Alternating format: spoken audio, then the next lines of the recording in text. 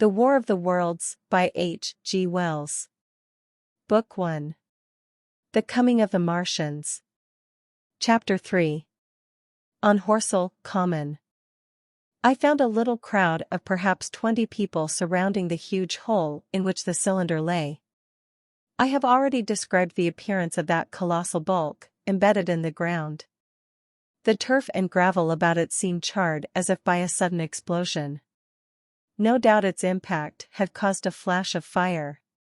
Henderson and Ogilvy were not there. I think they perceived that nothing was to be done for the present, and had gone away to breakfast at Henderson's house. There were 4 or 5 boys sitting on the edge of the pit, with their feet dangling, and amusing themselves, until I stopped them, by throwing stones at the giant mass. After I had spoken to them about it, they began playing at touch in and out of the group of bystanders. Among these were a couple of cyclists, a jobbing gardener I employed sometimes, a girl carrying a baby, Greg the butcher and his little boy, and 2 or 3 loafers and golf caddies who were accustomed to hang about the railway station. There was very little talking. Few of the common people in England had anything but the vaguest astronomical ideas in those days. Most of them were staring quietly at the big table-like end of the cylinder, which was still as Ogilvy and Henderson had left it. I fancy the popular expectation of a heap of charred corpses was disappointed at this inanimate bulk. Some went away while I was there, and other people came. I clambered into the pit and fancied I heard a faint movement under my feet. The top had certainly ceased to rotate. It was only when I got thus close to it that the strangeness of this object was at all evident to me. At the first glance it was really no more exciting than an overturned carriage or a tree blown across the road. Not so much so, indeed. It looked like a rusty gas float.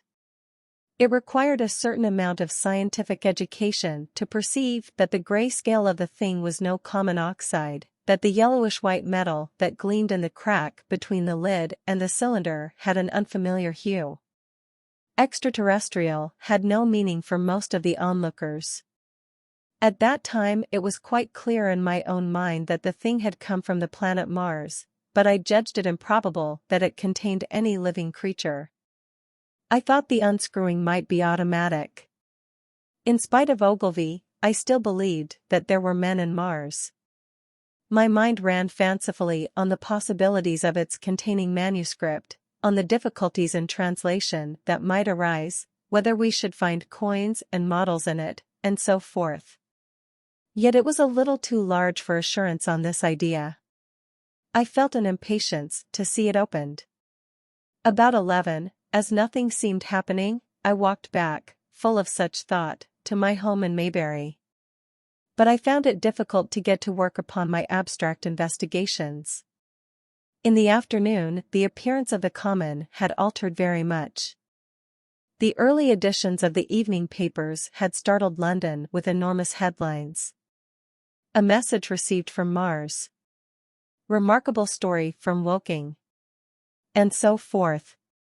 In addition, Ogilvy's wire to the Astronomical Exchange had roused every observatory in the 3 kingdoms.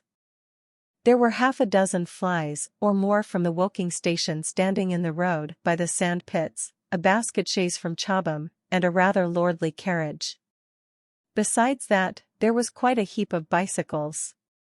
In addition, a large number of people must have walked, in spite of the heat of the day, from Woking and Chertsey, so that there was altogether quite a considerable crowd, 1 or 2 gaily dressed ladies among the others.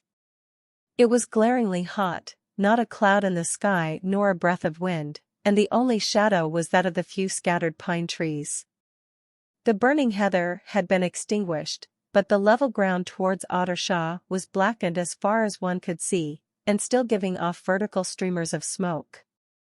An enterprising sweetstuff dealer in the Chobham Road had sent up his son with a barrow-load of green apples and ginger beer. Going to the edge of the pit, I found it occupied by a group of about half a dozen men, Henderson, Ogilvy, and a tall, fair-haired man that I afterwards learned was Stent, the Astronomer Royal, with several workmen wielding spades and pickaxes. Stent was giving directions in a clear, high-pitched voice.